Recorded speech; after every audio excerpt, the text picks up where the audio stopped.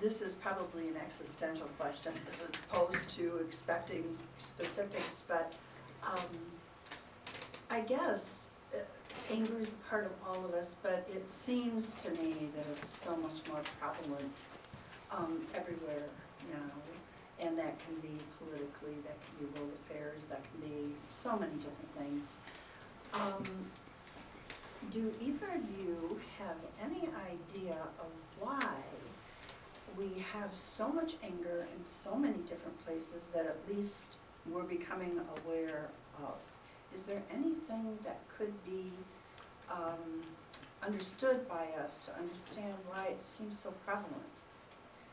And then I want you, Sandy, if you could, to talk about the concept that you mentioned about anger is related to love. I have a hard time processing that with some of the things I see and hear, you know, that I probably shouldn't listen to first thing in the morning. You know, turn it off, turn it off. But, so those are my two kind of questions, thoughts, wanting a response. You want to jump in? Say the first one again. It seems to me there's a whole lot of anger going on all over. Mm-hmm. Okay. 15 years ago, 20 years ago, anger was there, but it wasn't quite so, at least from my point of view, it wasn't quite so prevalent, at least publicly prevalent. Thanks. Okay. So, again, I'm a physiologist. I deal a lot with the physical body. Why is inflammation such a bad thing all of a sudden? We're seeing more and more autoimmune disorders. True. People have chronic inflammation all the time, you know, and it's like, so again, I believe in what Bessel van der Kolk describes as the connectome. And again, the more and more we see, understand how things are interrelated, like the microbiome. You know, when I went to college 35 years ago.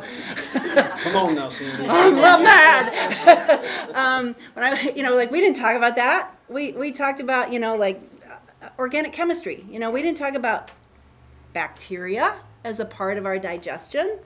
So we're learning and changing, I think, is part of it.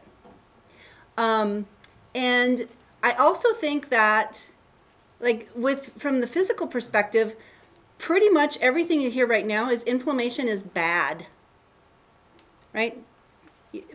It's bad. That's the real root of all diseases is inflammation. However, inflammation is how your body heals. If you didn't have inflammation, you would not heal from a cut.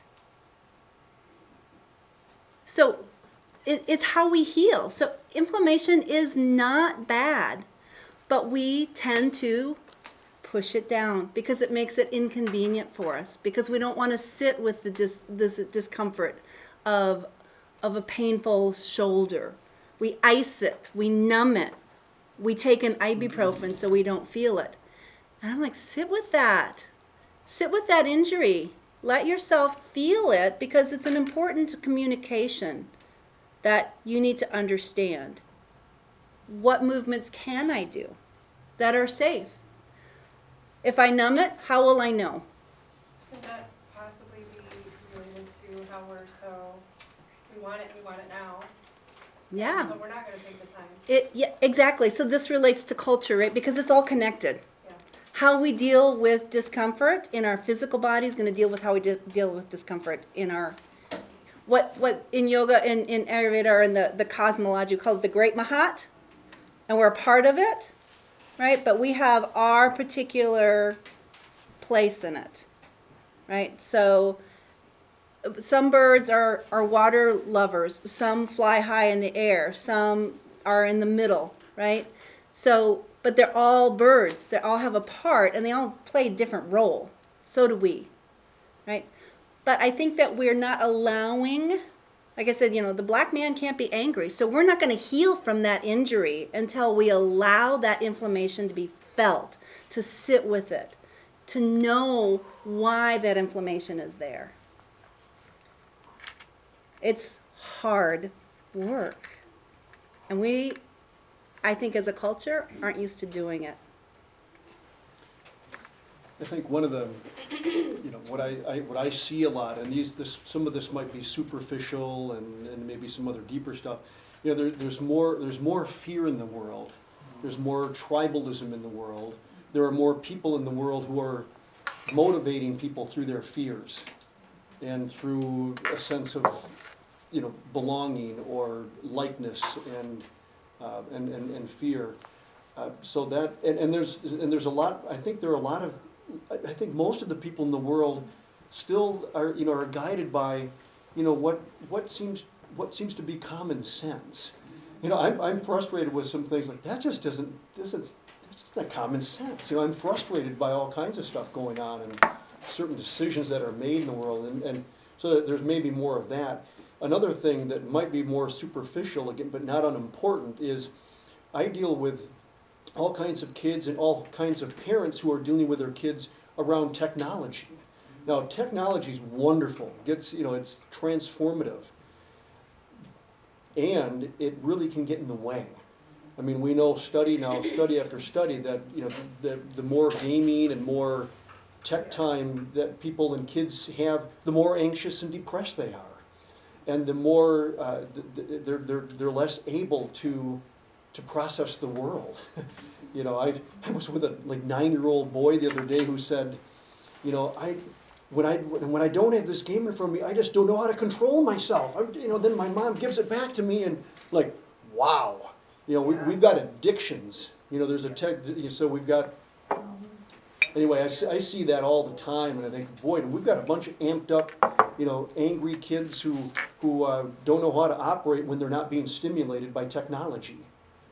And again, this is not an anti-technology rant, but it's just one of the many things going on in the world that's different than when I was young. They're the place of technology. But I really see governments and people in leadership doing some things and pushing some things that have not been really pushed before. Maybe they always have, but I'm just seeing them differently, and so there's more of that going on. This is kind of off from that, but I heard a TED Talk about how we are no longer comfortable with boredom. That to just sit alone and think without stimulus, that's leaving our culture, because we have so many things that we're addicted to. And when I thought about it, I thought, I'm not really comfortable just sitting with boredom. Mm-hmm. Yeah. So I would call that vata dosha. Too much up here, not enough physicality, right? So it's an imbalance. So the doshas are imbalanced. We all have qualities. We all have tendencies, and it's fine, because again, in the great scheme of things, in the cosmology of things, your tendencies are part of your gift, your dharma, right? So a duck is a duck and dwells in the water, and that's their place to be. They're heavy, they like water, they're very earthbound creatures, right? So we don't ask ducks to be hawks, right? But ducks have to fly, because otherwise they become dinner, right? So if you've never seen the movie The Biggest Little Farm, watch it. It's awesome. I worked on a farm for 3 years, and really learning about how nature has this balance, right? So the ducks at the farm were getting eaten by a coyote, right? So the farmer started getting mad, and then he realized, fences are dumb, animals are smart. How can I work with everything? So just looking at imbalances, when something's out of balance, and technology tends to take us out of balance. Cars are technology, by the way, but we don't see it because we grew up with that technology. My kids don't see phones as technology. They grow up, it's a part of their physiology almost now, right? How many of you could get away without living with a car for a month? Yeah, thank you. Yeah. Me too, but I'm being very purposeful in that, because I can feel how it imbalances me. So when we have those sensations of, I can't listen to the radio, or I can't be bored, it's like, okay, so what part of me is needing to become more in balance? Or maybe this is part of my tendency and it might be my gift to be in this space. One of the things that you brought up earlier was when dealing with anger, we often either try to vent or we try to suck it up and let it stew in us. And it seems like that's the common reaction when dealing with anger, is either just let it out and vent or keep it in and not say anything at all. But that neither of those options seem to be the healthiest of the choices. So what would be healthier choices we could make in order to handle anger? Well, a hard thing for some is first to acknowledge it.